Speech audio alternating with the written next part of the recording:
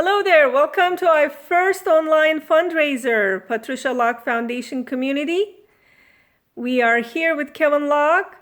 All throughout today, we will have many different and interesting videos, educational videos, not only by Kevin, but some of our board members will pop up here and send some messages to you all. Please come back and check it out and let your friends know to come here and check us out. We are going to also post the link to our newly launched website. It's a beautiful website to peruse through. There's a lot of information there.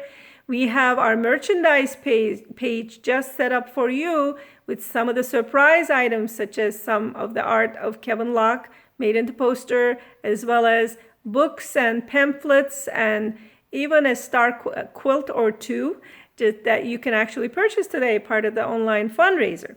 Okay, second of our video series today is on the role of Indigenous peoples in the divine destiny of North America. So, Kevin, first question, what is the divine destiny of North America? What do we mean by the divine destiny of North America as you see it? Well, North America is a superpower. It has all this natural resources, wealth, and has such abundant human resources. So now, as we evolve and mature as a human family, this power, this force, will be transmuted for the spiritual well-being of humanity.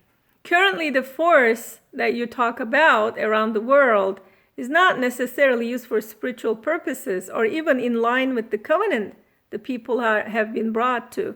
But it is used for material riches.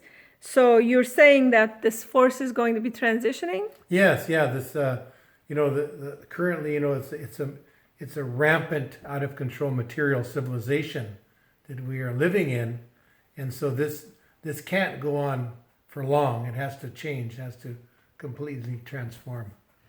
So force will be transforming from being an oppressor to being the servant to the people and perhaps servant to justice. So what is the role of Indigenous people then? What is the role of the Indigenous people in North America in this transition? Well, Indigenous people, all peoples really have a high destiny, but Indigenous people also have a special spiritual relationship and perspective that can be infused into the world now. And the rising voice of Indigenous people is really based and rooted upon the seeds planted by God through these holy souls or divine beings that have appeared throughout time here on this side of the world. Yes, so you mentioned in an earlier video that there are multiple covenants that were brought to multiple peoples and tribes. Over 500 different peoples who lived here for many, many years, like 10,000 years or so. So they brought some messages, some spiritual guiding principles, so to speak, you're saying. And that would be the seed for the role the Indigenous peoples will play. Now, what are some of the characteristics of this? You were mentioning in an earlier talk the youthful energy that surrounds the voice or the initiatives that impulse to greater good coming from Indigenous peoples. Yes, you can hear this voice speaking loudly now, and really gaining in momentum and power. And currently, the places where you can see this most clearly would probably be in the environmental movement. The championing of the fact that this world is somewhat quantifiable, but it's basically it's a holy reality. It's a living being. We say Unchimaka, Grandmother Earth. We could say Mother Earth, but basically the grandmother is more honorific. And so this beautiful creation that we are the stewards of, and this has always been a basic part of the covenant of the Indigenous peoples of this land. Also, you can hear that voice really championing, the rights of women and the rights of the child-centeredness of the spiritual foundation of unity. That really unity can only be established on a spiritual foundation. You can hear the Indigenous voice very strong in that, in the the sanctity and the beauty and the power of our heritage, language and culture. So there's many facets in which this indigenous voice is rising up and being listened to. So how, let me ask you this question though. You did say that there's a divine destiny to North America because of the various richness of resources, monetary and otherwise, and the force that is and powers that it has. And you also said the indigenous people who lived on this land for thousands of years, they have a role in this transition from force being an oppressor to force being servant of justice.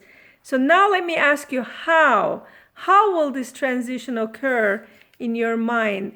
I'm looking at where we're at right now, how our lives are, the oppressed and the victim and the oppressed, and all these different roles that we're playing. And how do you see us getting there in this transition?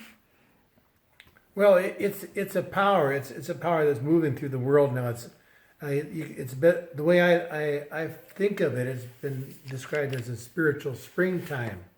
Spiritual springtime. So this power or force of materialism has really shut down and blocked out the light from the collective human soul. So now we're coming into a new time when we're coming into the light. And so then as the springtime begins to appear and all these potentialities are released, there's basic powers that come into play, such as the light and the heat and the wind and all these forces. And so then we all play a part. And at Standing Rock recently, they had this water protection movement, and this was really initiated by the youth.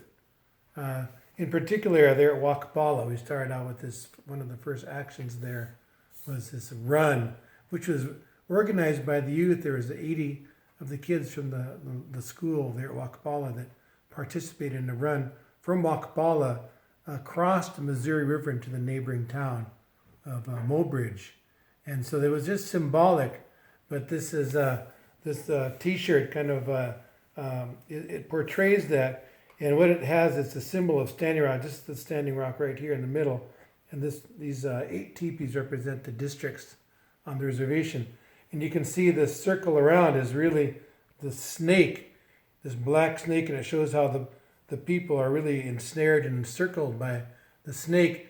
And this narrative of the black snake is really an ancient narrative, especially in the prairies of North America, and it refers to this time when these beings ruled the world. They're called Uktechila, and Uktechila are described as these big monsters. When they move, the earth shakes. They've got fangs, they've got horns, and they've got claws, and they've got scales, and they're huge, ferocious, and they're dinosaurs. They're basically dinosaurs. And the way that the people always knew about dinosaurs is because of the abundant fossil record of dinosaurs. And so according to this legend of the Uktechila, and in this case it was symbolized by this black snake, that at one time the whole creation, the whole world was ruled by the Uktechila. They controlled everything. But then, according to legend, there was a heavenly force that came down, intervened, and destroyed the Uktechila. Of course, now modern scientists has, I think, pretty much established it was a meteor, a huge meteor that hit the earth there somewhere near the Yucatan Peninsula and just set up a catastrophic event that triggered a mass extinction, including all of the dinosaurs. And so then, now this legend also says that there would be a recrudescence, recrudescence of in other words, these Uktechila would manifest again, they'd appear again. And so then we can see that it's not a literal fulfillment, but what it really refers to, the way I interpret that, is that it's this material civilization, which is indeed fueled by fossil fuels, not just the remains of the dinosaurs, but all the flora and fauna of that whole period in which they call the age of the dinosaur, like 260 million years. So that all went down into the earth and then through geological forces transmuted or transformed into the fossil fuels. So now that's being extracted, these fossil fuels.